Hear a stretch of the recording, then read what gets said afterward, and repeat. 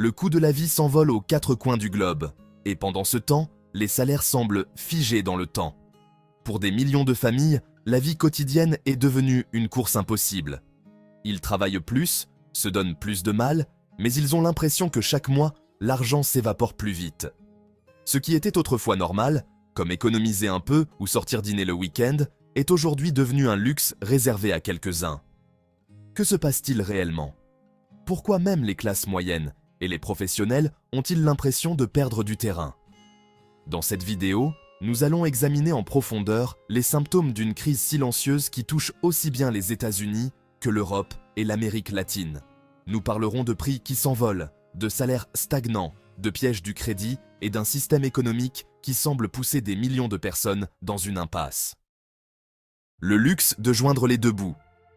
Arriver à la fin du mois sans emprunter est devenu une sorte de privilège réservé à ceux qui parviennent à maintenir une stabilité rare. Dans de nombreux pays, nous ne parlons plus de personnes en situation d'extrême pauvreté, mais de professionnels ayant fait des études universitaires, de familles à deux revenus et même de travailleurs avec des salaires relativement élevés. Ce qui est surprenant, c'est que beaucoup d'entre eux avouent ressentir un soulagement s'ils parviennent à passer d'une quinzaine à l'autre sans s'endetter. C'est la nouvelle mesure du progrès, ne pas accumuler de dettes. La situation est si grave que même ceux qui gagnent suffisamment pour couvrir les besoins de base finissent par être liés aux cartes de crédit, aux prêts rapides ou aux applications qui permettent de fractionner les paiements. Et le pire, c'est que ce sentiment d'étouffement ne se limite pas à un pays spécifique. En Europe, en Amérique latine et en Asie, de plus en plus d'enquêtes révèlent que plus de la moitié de la population vit avec l'angoisse qu'une dépense imprévue, comme une réparation de voiture ou une facture médicale, puisse complètement bouleverser le budget. Vivre sans marge est devenu la norme. Avant, on parlait de se constituer un matelas d'épargne pour les urgences. Aujourd'hui, pour des millions, l'urgence est permanente et l'épargne semble un concept lointain, presque impossible. Le rêve de la stabilité financière se réduit à survivre au mois prochain sans avoir à recourir à plus de dettes. Le piège du coût de la vie. Ce qui était gérable auparavant est aujourd'hui devenu une course sans fin et toujours plus difficile. Le coût de la vie ne se contente pas d'augmenter, il explose dans des domaines impossibles à éviter. L'alimentation, l'énergie, le logement, les transports, la santé. Les familles qui, il y a quelques années, consacraient un tiers de leurs revenus au loyer ou à l'hypothèque, y consacrent aujourd'hui la moitié, et dans les grandes villes, cette proportion atteint 70%. Dans les supermarchés du monde entier, la même scène se répète. Un caddie plein qui coûtait 100 € il y a 5 ans en coûte aujourd'hui 150, voire 200.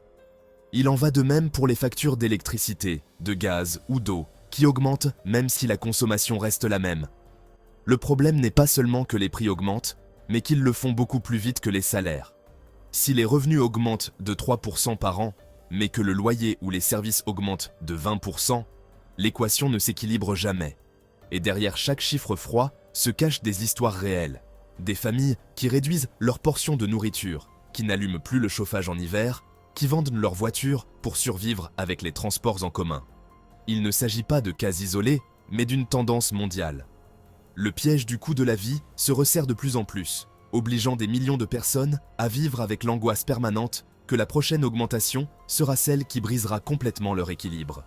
Et pendant ce temps, les promesses politiques d'aide ressemblent à des pansements sur une blessure profonde. L'inflation officielle contre l'inflation réelle.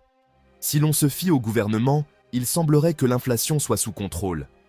Les rapports officiels font état d'augmentation de 2, 3 ou 4% par an.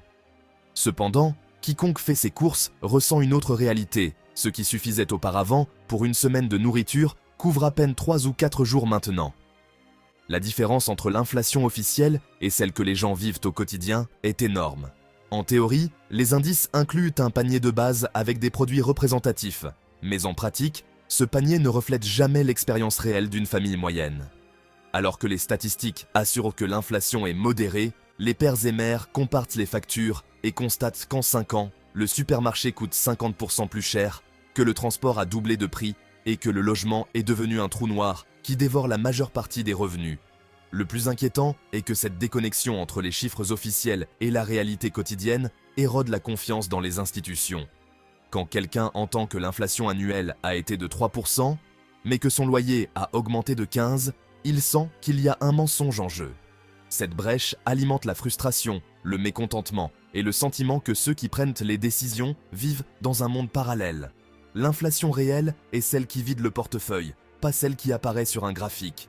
Et tant que cette différence ne sera pas reconnue, des millions continueront de sentir que leur gouvernement leur tourne le dos. Le dilemme des banques centrales. Les banques centrales, chargées de maintenir la stabilité des prix et de protéger l'emploi, se retrouvent piégées dans un labyrinthe sans issue. Si elles réduisent les taux d'intérêt pour stimuler l'économie, elles courent le risque de voir l'inflation s'envoler avec encore plus de force, comme ce fut le cas en 2021 et 2022, lorsque les prix ont atteint des sommets historiques. Mais si elles décident de maintenir les taux élevés, le crédit devient plus cher, les entreprises cessent d'investir et les licenciements commencent. Dans les deux scénarios, la population finit par payer le prix. Cette situation n'est pas propre à un seul pays, des États-Unis à l'Europe et à l'Amérique latine. Les décisions des banques centrales ont des répercussions sur la vie de millions de personnes. Des hypothèques, autrefois gérables, deviennent aujourd'hui étouffantes. Les jeunes qui rêvaient d'acheter leur première maison sont contraints de continuer à louer indéfiniment. Les petites entreprises qui dépendent des prêts cessent de se développer ou ferment directement leurs portes.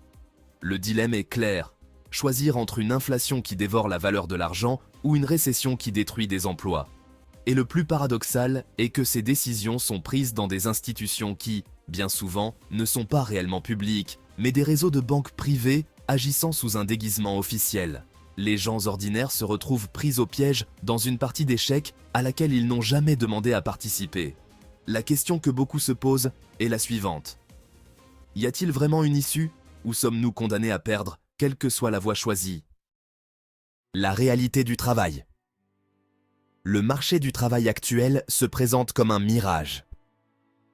Les gouvernements et les médias célèbrent des chiffres de chômage bas, mais quand on gratte un peu, la réalité est bien moins optimiste. Des milliers d'offres d'emploi publiées sur les portails ne sont jamais réelles. Elles sont utilisées pour simuler la croissance, respecter des exigences légales ou simplement collecter des CV. Jeunes et adultes envoient des dizaines, parfois des centaines de candidatures, et parviennent à peine à obtenir 1 ou 2 entretiens, qui souvent se terminent par un silence sans réponse. En même temps, une grande partie de ceux qui ont un emploi sont piégés dans des travaux précaires, avec des contrats temporaires, des temps partiels non désirés ou des salaires qui ne couvrent pas les besoins de base. On parle de plein emploi, alors qu'en réalité, ce qui existe, c'est un sous-emploi massif. Et cela ne se produit pas seulement dans les économies en crise. Même dans les pays développés, les salaires réels stagnent depuis des années. Des professionnels ayant fait des études supérieures sont contraints d'accepter des emplois qui ne correspondent pas à leur formation, simplement parce que c'est la seule chose disponible. Le résultat est une frustration collective croissante, le sentiment que travailler dur ne garantit plus une vie digne. L'emploi, qui était autrefois synonyme de sécurité et de progrès, est aujourd'hui devenu une course d'endurance, où chaque mois, on se bat pour survivre. Et le plus préoccupant est que, tandis que les statistiques officielles dressent un tableau stable, en pratique, des millions de personnes vivent la précarité comme une norme, et non comme une exception. Des jeunes engloutis par les dettes faciles, les nouvelles générations sont confrontées à un avenir encore plus sombre. La facilité d'accès au crédit rapide et aux applications de type « acheter maintenant, payer plus tard » a créé une illusion de pouvoir d'achat qui finit par se transformer en piège. De nombreux étudiants universitaires ou jeunes diplômés commenceront par utiliser ces plateformes pour des dépenses ponctuelles, comme l'achat de meubles ou d'un ordinateur portable. Mais bientôt, lorsque l'argent ne suffit plus pour les besoins de base, ils recourent à ces services pour payer la nourriture, les transports ou même les factures. Ce qui semblait au début être une aide se transforme en un gouffre dont il est presque impossible de sortir. Des jeunes, avec des emplois à temps partiel, accumulent des dettes de milliers de dollars ou d'euros, sans s'en rendre compte, piégés par des mensualités qui dépassent leurs revenus. Pour couvrir un prêt, ils en demandent un autre avec des intérêts plus élevés, entrant dans un cercle vicieux. De plus, ces entreprises conçoivent leurs produits de manière à ce que l'emprunt d'argent soit si simple qu'il en devient presque invisible. En quelques clics, vous êtes déjà endetté. Et le plus alarmant, c'est que les niveaux de défaut de paiement chez les jeunes grimpent en flèche chaque année, générant des pertes de plusieurs milliards pour ces entreprises mais surtout en hypothéquant l'avenir de ceux qui n'ont pas encore commencé à se constituer un patrimoine réel. Ainsi, toute une génération commence sa vie d'adulte avec une charge financière qui conditionnera ses décisions pendant des décennies. Ce qui devrait être le début d'une période d'opportunité se transforme en un terrain semé d'embûches. La bombe du crédit. L'utilisation du crédit s'est étendue à des niveaux jamais vus, ce qui, en théorie, devait être un soutien ponctuel pour des urgences ou des projets importants, est aujourd'hui devenu la manière habituelle de financer la vie quotidienne. Cartes de crédit, prêts personnels et microcrédits sont utilisés pour acheter de la nourriture, payer le loyer ou couvrir les services de base. La conséquence est dévastatrice. La dette mondiale des ménages a atteint des chiffres records et les intérêts dévorent une grande partie des revenus familiaux. En moyenne, des millions de personnes sont endettées à hauteur de plus de 6 000 $ ou euros, et les taux d'intérêt oscillent entre 20 et 30% par an. Cela signifie que, même si les mensualités sont payées chaque mois, la dette ne diminue jamais. Au contraire, elle augmente. C'est une boule de neige qui roule en descendant la pente et menace d'écraser ceux qui ne parviennent pas à l'arrêter à temps. Le plus ironique est que, pour de nombreuses familles, s'endetter n'est pas un choix, mais la seule façon de maintenir un niveau de vie de base. Il ne s'agit pas de luxe ou de caprice, mais de nécessité fondamentale. Ce modèle transforme le crédit en un piège structurel. Ceux qui y entrent ont du mal à en sortir. Et pendant ce temps, le système financier célèbre des profits records grâce aux intérêts payés par des millions de citoyens piégés dans une spirale sans fin de dette. Le leurre des salaires. Pendant des décennies, on a répété que les salaires augmentaient, que l'économie progressait et qu'en conséquence, les familles devraient en vivre mieux. Mais quand on analyse en termes réels, en déduisant l'inflation et en comparant avec le coût de la vie, la réalité est bien différente. Les salaires sont pratiquement stagnants depuis des années. Dans certains pays, les augmentations annuelles dépassent à peine 2 ou 3%, alors que le logement, l'éducation et la santé augmentent à des rythmes à 2 chiffres. Cela signifie que, même si le salaire nominal semble plus élevé sur la fiche de paie, en pratique, il permet d'acheter moins. Des professions qui garantissaient auparavant la stabilité, comme les enseignants, les infirmiers ou les ingénieurs, n'assurent plus aujourd'hui une vie de classe moyenne. De nombreuses familles avec 2 salaires complets ne parviennent pas à épargner et vivent au jour le jour. La mobilité sociale, ce rêve de progresser par l'effort, a été drastiquement réduite. Les jeunes ont le sentiment que peu importe leurs études ou leur travail, ils n'atteindront jamais le niveau de vie de leurs parents. Cette frustration n'affecte pas seulement le portefeuille, elle érode aussi la confiance dans le système. Quand travailler dur ne garantit plus la sécurité ni le progrès, on a le sentiment que les règles du jeu sont truquées. Et c'est peut-être ça, la vérité qui dérange. Le modèle économique actuel est conçu pour qu'une minorité concentre les bénéfices, tandis que la majorité survit à peine. Le spectre de la deuxième vague inflationniste. L'histoire économique nous offre des avertissements clairs. Dans les années 70, de nombreuses économies ont connu un cycle d'inflation qui semblait maîtrisé, pour ne revenir ensuite qu'avec une deuxième vague encore plus destructrice. Cette possibilité, réapparaît à l'horizon actuel. En 2021 et 2022, l'inflation a atteint des sommets qui, dans certains pays, frôlaient les 10%. Ensuite, il y a eu un répit et les chiffres ont baissé, mais maintenant, les prix repartent lentement à la hausse. Les experts craignent que nous soyons sur le point de répéter le schéma historique, un deuxième coup plus dur, qui finirait d'asphyxier les familles qui sont déjà à la limite. Le plus inquiétant, c'est que cette nouvelle vague arriverait dans un contexte d'endettement massif.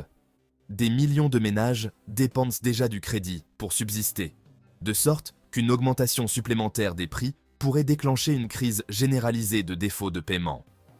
Et quand une partie significative de la population n'arrive plus à payer ses dettes, l'impact s'étend aux banques, aux entreprises et finalement au gouvernement. Il ne s'agit pas seulement d'un problème domestique, nous vivons dans un monde globalisé où une crise dans une région se propage rapidement à d'autres. C'est pourquoi, même si les autorités insistent sur le fait que tout est sous contrôle, la possibilité d'une deuxième vague inflationniste tient en haleine des millions de personnes qui sentent que le pire n'est pas encore arrivé. Conseils pratiques pour survivre. Face à un tableau si incertain, il peut sembler qu'il n'y a rien à faire, mais il existe bel et bien des mesures personnelles qui peuvent faire toute la différence. La première étape est d'avoir un contrôle exhaustif de vos dépenses. Souvent, L'argent s'échappe dans de petits achats qui semblent inoffensifs. Un café quotidien, un repas rapide, un abonnement oublié. Noter chaque dépense permet d'identifier les fuites et de reprendre un certain contrôle. La deuxième étape est de diversifier vos sources de revenus. Compter sur un seul salaire est devenu trop risqué.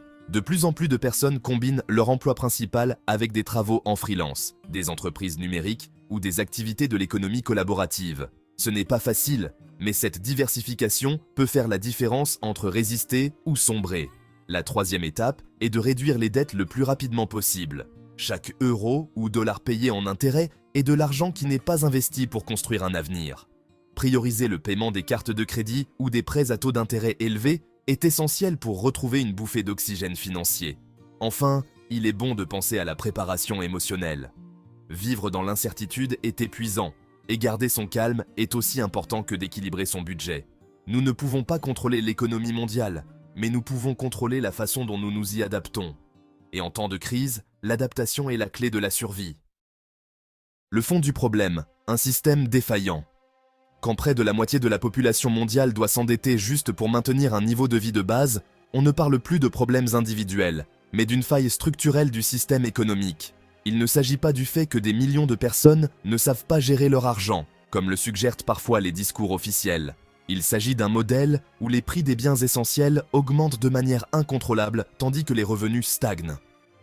Dans ce contexte, le crédit n'est pas un outil de soutien, mais un pansement qui ne fait que retarder l'inévitable. Le système financier, loin de corriger le problème, en profite pour générer des profits records grâce à des intérêts abusifs. Le paradoxe est brutal. Plus la vie des gens est difficile, plus les banques et les entreprises en tirent des bénéfices. La conséquence est un cercle vicieux où la majorité perd et une minorité concentre la richesse. Ce n'est pas seulement une crise économique, c'est aussi une crise sociale et politique. Le mécontentement se traduit par des protestations, une polarisation et une perte de confiance dans les institutions. Le sentiment que le système est brisé devient une conviction de plus en plus répandue. Et ce qui est peut-être le plus inquiétant, c'est que, si des mesures profondes ne sont pas prises, cette crise ne fera que s'intensifier. L'avenir ne dépend pas uniquement de l'économie, mais de la capacité des sociétés à exiger un réel changement dans les règles du jeu. Le monde traverse une crise silencieuse, qui se reflète dans chaque facture d'électricité, dans chaque ticket de supermarché et dans chaque loyer qui ne cesse d'augmenter. Peu importe si vous vivez aux États-Unis, en Europe ou en Amérique latine, le sentiment que l'argent ne suffit pas est partagé. Les salaires stagnants, l'inflation persistante et le piège du crédit nous montrent qu'il ne s'agit pas d'un problème individuel, mais d'un système qui vacille. La question n'est pas de savoir s'il y aura des difficultés, mais comment nous les affronterons. La clé est de nous informer, de nous préparer et de comprendre que la résilience financière et émotionnelle sera la ressource la plus précieuse dans les années à venir. Car même si nous ne pouvons pas contrôler l'économie mondiale, nous pouvons contrôler la façon dont nous nous y adaptons.